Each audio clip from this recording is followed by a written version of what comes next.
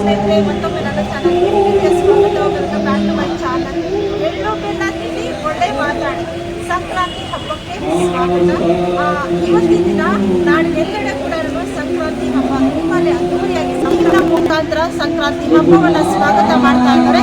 ಸಂಕ್ರಾಂತಿ ಅಂದ ತಕ್ಷಣ ನಮಗೆ ಸುಗ್ಗಿ ಹಬ್ಬ ಅಂತ ನಮ್ಗೆಲ್ಲರಿಗೂ ಗೊತ್ತು. ರೈತರ ಅತಿ ದೊಡ್ಡ ಹಬ್ಬ. ರೈತರು ತಾವು ಬೆಳೆದಂತಹ ಧಾನ್ಯಗಳನ್ನ ಪೂಜೆ ಮಾಡುವಂತಹ ಹಬ್ಬ. ಈ ಸುಗ್ಗಿ ಹಬ್ಬಕ್ಕೆ ತಮ್ಗೆಲ್ರಿಗೂ ಕೂಡ ಸ್ವಾಗತ. ಎಳ್ಳು ಬೆಲ್ಲ ತಿಂಡಿ ಒಳ್ಳೆ ಮಾತಾಡಿ ಬನ್ನಿ ಸಂಕ್ರಾಂತಿ ಹಬ್ಬದ ಸಂಭ್ರಮವನ್ನ ನೋಡೋಣ.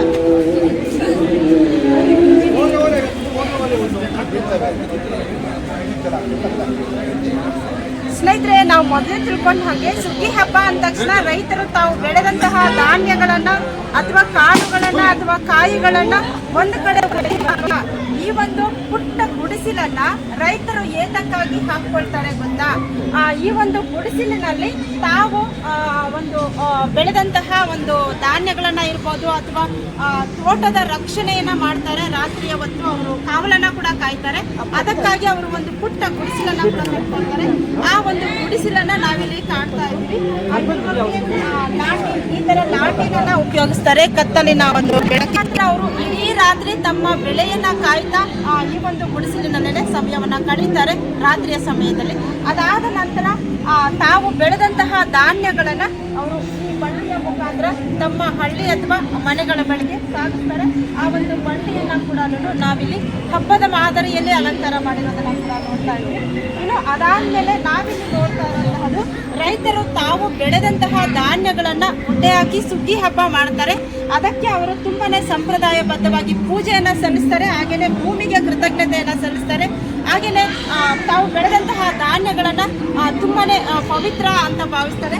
ಹಾಗೇನೆ ಅದನ್ನ ಒಂದು ಕಡೆ ಉಂಡೆ ಹಾಕಿ ಸಾಂಪ್ರದಾಯಿಕವಾಗಿ ಪೂಜೆಯನ್ನ ಕೂಡ ಮಾಡ್ತಾರೆ.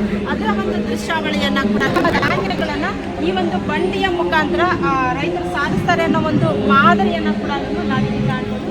ಹಾಗೆಯೇ ಇಲ್ಲಿ ರೈತರು ಬೆಳೆದಂತಹ ಒಂದು ಧಾನ್ಯಗಳಿಗೆ ಪೂಜೆ ಮಾಡ್ತಾ ಬಾಗಿನವನ್ನ ಕೂಡ ಅರ್ಪಿಸ್ತಾರೆ. ನಾವಿಲ್ಲಿ ಬಾಗಿನವನ್ನ ಕೂಡ ಕಾಣ್ತಾ ಇದ್ದೀವಿ.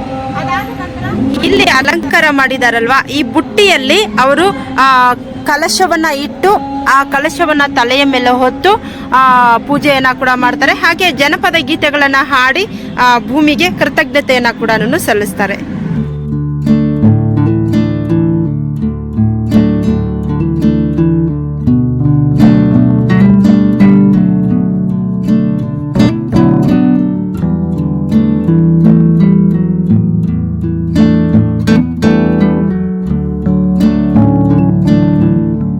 ಇಲ್ಲಿ ನೋಡ್ತಾ ಇದ್ವಿ ಭತ್ತದ ರಾಶಿ. ರೈತರು ತಾವು ಬೆಳೆದಂತಹ ಭತ್ತದ ರಾಶಿಯನ್ನ ಹೀಗೆ ಉಡ್ಡೆ ಹಾಕಿ ತಮ್ಮ ಕೃತಜ್ಞತೆಯನ್ನ ಸಲ್ಲಿಸ್ತಾರೆ ಸುಗ್ಗಿ ಹಬ್ಬದ ದಿನ. ಇಲ್ಲಿ ತಾವು ಬೆಳೆದಂತಹ ಕಡಲೆಕಾಯಿಯ ರಾಶಿಯನ್ನ ಹಾಕಿ ರೈತರು ಕೃತಜ್ಞತೆಯನ್ನ ಸಲ್ಲಿಸ್ತಾರೆ. ಒಟ್ಟಾರೆಯಾಗಿ ಇದು ಒಂದು ಸುಗ್ಗಿ ಹಬ್ಬ. ಈ ಒಂದು ಸುಗ್ಗಿ ಹಬ್ಬವನ್ನ ಭಾರತಾದ್ಯಂತ ಆಚರಣೆ ಮಾಡ್ತಾರೆ. ಇದನ್ನ ಕೆಲವು ಕಡೆ ಮಕರ ಸಂಕ್ರಾಂತಿ ಅಂತಾರೆ ಕರ್ನಾಟಕದಲ್ಲಿ. ಅದೇ ತಮಿಳುನಾಡು ಕಡೆ ನಾವು ಹೋದಾಗ ಪೊಂಗಲ್ ಅಂತ ಕರೀತಾರೆ. ಹೀಗೆ ಬೇರೆ ಬೇರೆ ಹೆಸರಿಂದ ಕರೆದ್ರೂ ಕೂಡ ಹಬ್ಬದ ಆಚರಣೆ ಬೇರೆ ಬೇರೆ ಇದ್ರೂ ಕೂಡ ಇದೊಂದು ಸುಗ್ಗಿ ಹಬ್ಬ, ಹಾರ್ವೆಸ್ಟ್ ಫೆಸ್ಟಿವಲ್ ಅಂತ ಹೇಳ್ತೀವಿ ಇಂಗ್ಲೀಷಲ್ಲಿ. ಇನ್ನು ಇಲ್ಲಿ ನೋಡ್ತಾ ಇದೀವಲ್ವಾ, ಇದು ರಾಗಿ ಬೀಸುವ ಕಲ್ಲು. ಈ ರಾಗಿ ಬೀಸುವ ಕಲ್ಲನ್ನು ಬೀಸ್ತಾ ಮಹಿಳೆಯರು ತಮ್ಮ ಒಂದು ಕಾಯಕದಲ್ಲಿ ತೊಡಗ್ತಾರೆ. ಅವರು ಆಡುವಂತಹ ಜನಪದ ಗೀತೆ ಬಂದು ಕಲ್ಲಮ್ಮ ತಾಯಿ ಮೆಲ್ಲಮ್ಮ ರಾಗಿಯ ಜಲ್ಲ ಜಲ್ಲಾನೇ ಉದುರಮ್ಮ. ಕಲ್ಲಮ್ಮ ತಾಯಿ ಮೆಲ್ಲಮ್ಮ ರಾಗಿಯ ಜಲ್ಲ ಜಲ್ಲನೇ ಉದುರಮ್ಮ. ಜಲ್ಲ ಜಲ್ಲಾನೇ ಉದುರಮ್ಮ ನಿನಗೆ ಬೆಲ್ಲದ ರತಿಯ ಬೆಳಗೇನು, ಬೆಲ್ಲದ ರತಿಯ ಬೆಳಗೇನು. ಈ ರೀತಿಯ ಒಂದು ಜನಪದ ಗೀತೆಗಳನ್ನು ತಮ್ಮ ಶ್ರಮವನ್ನು ಮರೆಯೋದಕ್ಕೆ ಅಥವಾ ಶ್ರಮವನ್ನು ಕಡಿಮೆ ಮಾಡ್ಕೊಳ್ಳೋದಕ್ಕೆ ಹಾಡುಗಳನ್ನು ಹಾಡ್ತಾ ಅವರು ರಾಗಿಯನ್ನು ಬೀಸಿ ಹಿಟ್ಟನ್ನು ಪಡ್ಕೊಳ್ತಾ ಇದ್ರು.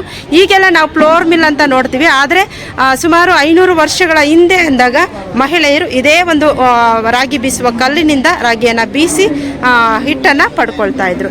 ಇನ್ನು ಇದು ಬಂದು ಬಾವಿಯಿಂದ ನೀರನ್ನು ಸೇದೋದಕ್ಕೆ ಒಂದು ಪಾತ್ರ, ಇದು ತಾಮ್ರದ ಪಾತ್ರ. ನಮ್ಮ ರೈತರು ತೋರಿಸ್ತಾ ಇದ್ದಾರೆ ಇಲ್ಲಿ. ಒಂದು ನೀರನ್ನು ಬಾವಿಯಿಂದ ತೆಗೆಯೋಕ್ಕೆ ಈ ಥರದ ಒಂದು ವ್ಯವಸ್ಥೆಯನ್ನು ಮಾಡ್ಕೊಳ್ತಾ ಇದ್ರು. ಪ್ರತಿ ಮನೆ ಮುಂದೆ ಕೂಡ ಒಂದು ಸಣ್ಣ ಬಾವಿ ಇರ್ತಾ ಇತ್ತು. ಇದು ಬಂದು ನೀರೇನಾದ್ರೂ ಬಾವಿಯಲ್ಲಿ ಏನಾದ್ರೂ ಬಿಂದಿಗೆ ಬಿದ್ದರೆ ಆ ಬಿಂದಿಗೆಯನ್ನ ಹೊರ ತೆಗೆಯೋದಕ್ಕೆ ಇರುವಂತಹ ಒಂದು ಪಾತಾಳ ಬೈರ ಅಂತ ಇದು ಕೆರೆ ಒಳಗಡೆ ಗೂಡಾಕೋದು ನೀರು. ಅದು ಏನಕ್ಕೆ ಉಪಯೋಗಿಸ್ತಾರೆ? ಅದು ನೀರೆತ್ತಿ ಹೊಡೆಯುವಂತಹದ್ದು. ಓಕೆ, ಇದರಲ್ಲಿ ಬೇರೆ ಬೇರೆ ತರ ಇದೆ ಅಲ್ವಾ? ಈ ತರ ಬಂಕ ಆಯಾಸ್ ಕುರ್ಚಿ ಕೆಲಸ ಮಾಡಿ ನೈಟು. ಓ, ರಾಗಿ ಕಲ್ಲಲ್ಲಿ ಇದು ಇವಾಗ ಬಂದಿರೋಂತದ್ದ? ಈ ತರ ಈಗ ಬಂದಿರೋದು ಈ ತರ ಕಲ್ಲು. ಮುಂಚೆ ಇದ್ದಿದ್ದು ಈ ತರ ರಾಗಿ ಕಲ್ಲು ಅಲ್ವಾ? ಹಾ, ಕರೆಕ್ಟ್. ಹಾಗೆಯೇ ರೈತರು ತಮ್ಮ ಕೃಷಿಗೆ ಬಳಸುವಂತಹ ಕೆಲವೊಂದು ಸಲಕರಣೆಗಳನ್ನ ಕೂಡ ಇಲ್ಲಿ ತೋರಿಸ್ತಾ ಇದ್ದಾರೆ. ಇನ್ನು ತಕ್ಕಡಿ ಅಂತ ಏನ್, ಇದು ನೋಡಿ ನೂಕೋ ಬಂಡಿ ಅಂದ್ರೆ ಮಕ್ಕಳು ನಡೆಯೋದನ್ನ ಕಲಿತಾರೆ ಇದರ ಸಹಾಯದಿಂದ. ಅದರ ಒಂದು ಮಾದರಿಯನ್ನ ಕೂಡ ನಾವಿಲ್ಲಿ ಕಾಣ್ತಾ ಇದ್ವಿ. ರೈತರು ಬಳಸುವಂತಹ ಸಲಕರಣೆಗಳನ್ನ ಇಲ್ಲಿ ತೋರಿಸ್ತಾ ಇದ್ದಾರೆ. ತೊಟ್ಲಿರ್ಬೋದು, ಅಥವಾ ಹುಲ್ಲು ಬಡಿಯುವ ಯಂತ್ರ ಇರ್ಬೋದು, ಅಥವಾ ಬರ್ಜಿ ಇಕ್ಕಳ ಇರ್ಬೋದು, ಭೂತಪ್ಪ ಕತ್ತಿ, ಊರುಗೋಲು, ಪರಶುರಾಮ ಕೊಡ್ಲಿ, ಆಮೇಲೆ ಬಳೆ ಒಣಕೆ ಇರ್ಬೋದು. ಬಳೆ ಒಣಕೆಯ ಒಂದು 2 ಮಾದರಿಗಳನ್ನ ಕೂಡ ತೋರಿಸಿದ್ದಾರೆ. ಹಾಗೆ ದೀಪಾಳೆ ಕಂಬ, ಕಡಿ, ಹಸಿಮಣೆ, ಗೊಟ್ಟ, ಬೈರಿಗೆ, ಸರ್ವೆ ಚೈನ್, ಹಾರೆ, ಈ ಥರದ ರಾಗಿ ಜರಡಿ, ಈ ಥರದ ಒಂದು ರೈತರ ಸಲಕರಣೆಗಳನ್ನು ಕೂಡ ತೋರಿಸಿದ್ದಾರೆ. ಇನ್ನು ತಕ್ಕಡಿಯಲ್ಲಿ 2 ಮಾದರಿಗಳನ್ನು ತೋರಿಸಿದ್ದಾರೆ. ಒಂದು ಇಲ್ಲಿರುವಂತಹದ್ದು ಈಗೆಲ್ಲ ಮಾಯ ಆಗಿದೆ, ವೇಯಿಂಗ್ ಮೆಷಿನ್ ಅಂತ ಏನು ಕರಿತೀವಿ.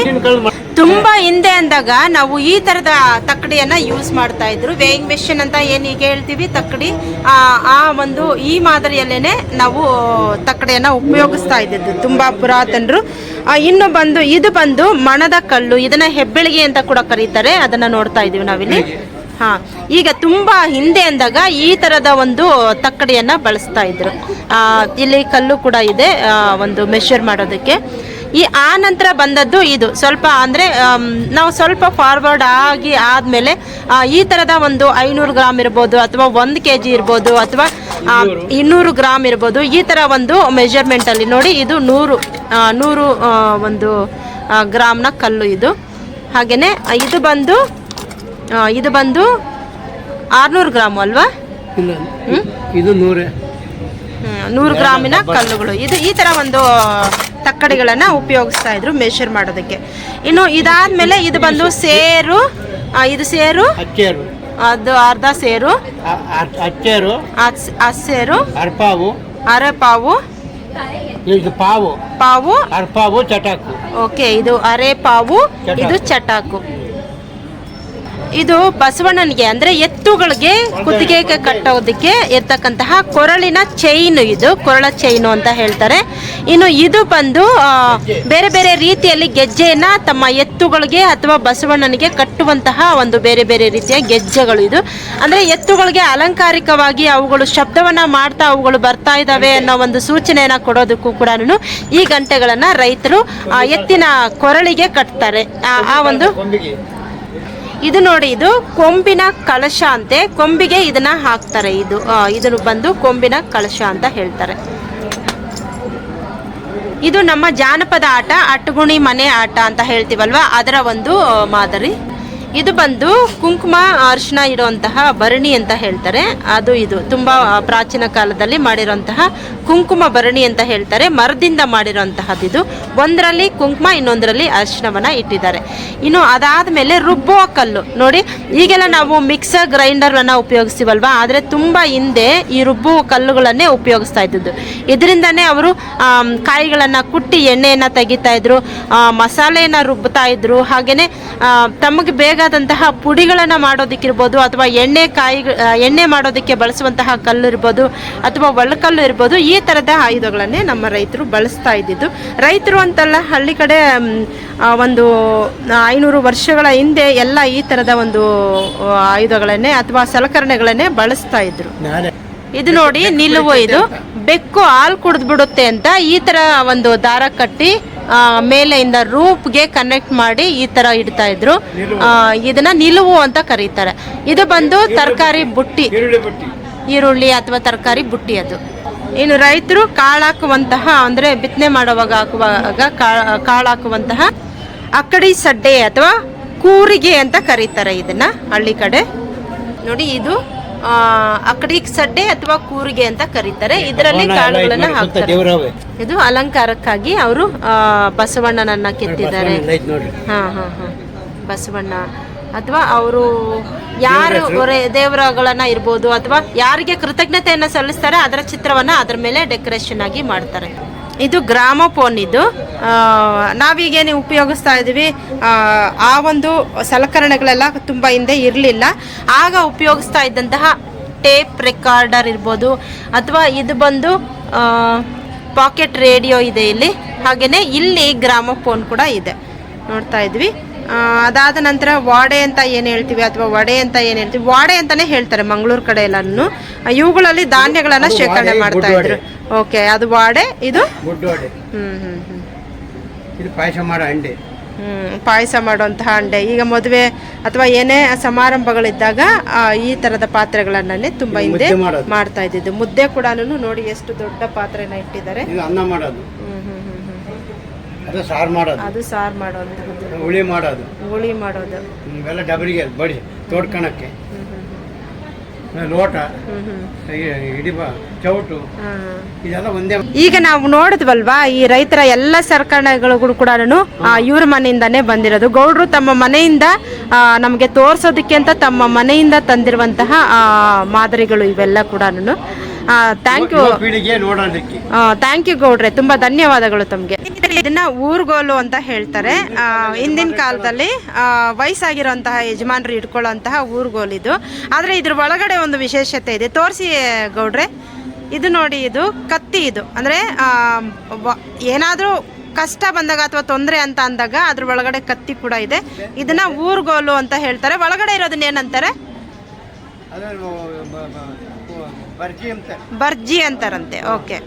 ಈ ಮೈಸೂರಿನ ಮಹಾರಾಜರು ಇವರ ಕುಟುಂಬಸ್ಥರಿಗೆ ಒಂದು ಬಾಕನ ಕೊಟ್ಟಿದ್ರು. ಬಾಕು ಅಂತಾರ ಗೌಡ್ರೆ, ಅದು ಕತ್ತಿ ಅಂತಾರೆ. ಕತ್ತಿನ ಕೊಟ್ಟಿದಾರಂತೆ. ಅವಾಗ ಉಪಯೋಗಿಸ್ತಾ ಇದ್ರಲ್ವಾ, ಆ ಕತ್ತಿ ಇವ್ರ ಕೈಯಲ್ಲಿ ಈಗ ಸೇರಿದೆ. ಅವರು ಅದನ್ನ ಹಂಗೆ ಉಳಿಸ್ಕೊಂಡಿದ್ದಾರೆ. ಆದ್ರೆ ನಾವೆಲ್ಲ ಬಿಸಾಕ್ತಿವಿ. ಆದ್ರೆ ಇವರು ಆ ಒಂದು ಎಲ್ಲ ಮಾದರಿಗಳನ್ನ ಕೂಡ ಹೆಮ್ಮೆಯಿಂದ ಇಟ್ಕೊಂಡಿದ್ದಾರೆ. ಅದೊಂದು ಖುಷಿ ವಿಷಯ. ಪಶು ಹಸುಗಳು ಗಂಟಲ್ಲಿ ಏನಾದ್ರು ಸಿಗಾಕೊಂಡ್ರೆ ಹಿಂಗ್ ಬಾಯಿಗೆ ಹಿಂಗ್ ಕೊಟ್ಬಿಟ್ಟು ಗೋಡಿ ಎತ್ತಿ ಹಿಂಗ್ ಕೈ ಇಕ್ಕಿ ತೆಗಿಯೋದು.